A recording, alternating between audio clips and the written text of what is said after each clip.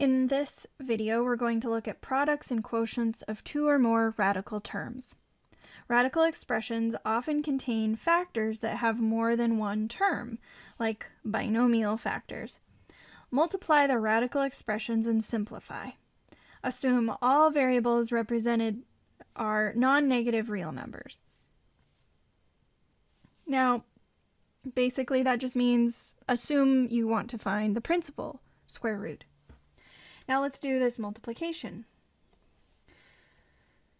When you multiply two radicals together, you multiply the coefficients, and then as long as the indexes match, you can multiply the radicands together. So 2 times 3 would be 6. 4 times negative 8 is negative 32.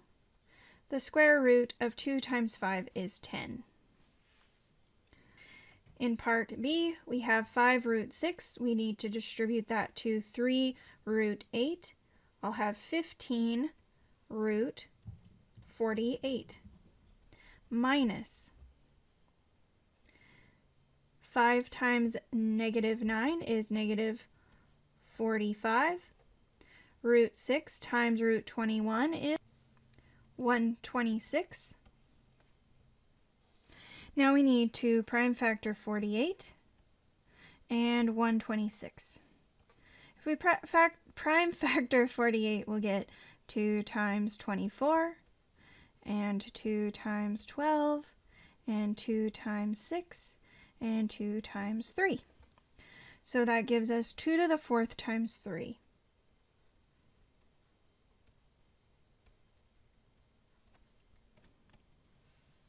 One 26 factors to 2 and 63.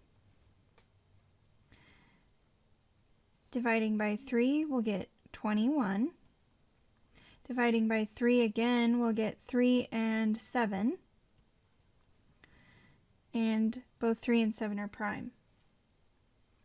So I have 2 times 3 squared times 7.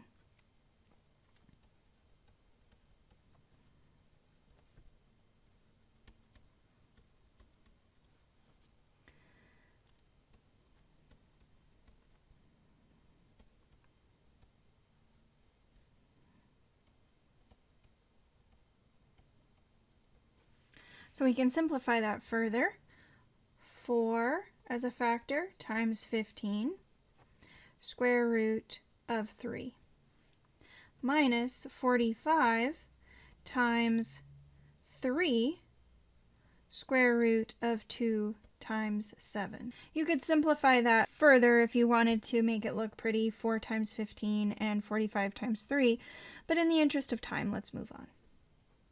Let's distribute the cube root of x to both terms inside. Cube root of x times cube root of 3x squared gives me cube root of 3x to the 3rd minus the cube root of 81x to the 3rd. Now remember, 81 is 9 and 9, so we can rewrite 81 as 3 to the 4th. So we'll have 3 cube root of 3x cubed. So we can take the cube and just take an x out. We can also take an x out of the second term, and we can also rewrite the 81 as 3 to the 4th. So 3 stays in and 3 comes out. We can rewrite this as x minus 3x, so that will be minus 2x cube root of 3. Now let's look at D. We have root 7 minus root 2 as a binomial multiplied to root 5 plus root 2. Let's multiply the first two together. This will be the square root of 35 plus square root of 14 minus the square root of 10 minus 2. Because remember, when you multiply the square root of 2 to the square root of 2, you will get square root of 4, which simplifies to just -2. Nothing simplifies from here. Let's look at part E. We have 3 plus root 5 in a binomial times 3 minus root 5. Well, this looks a lot like a difference of squares. 3 times 3 will give me 9. 3 times minus root 5 will give me a -3 root 5.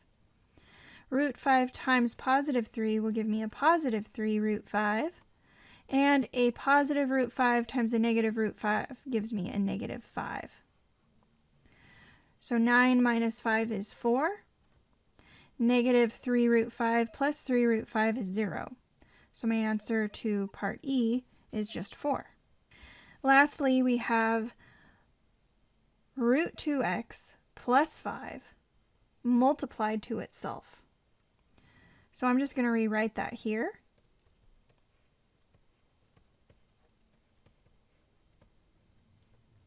Multiplying the first two terms together, we'll have square root of 4x squared, which will just be 2x. The outer will be plus root 10x. The inner will be plus root 10x. And the last will be plus 5. 2x plus 2 root 10x plus 5 is my final answer.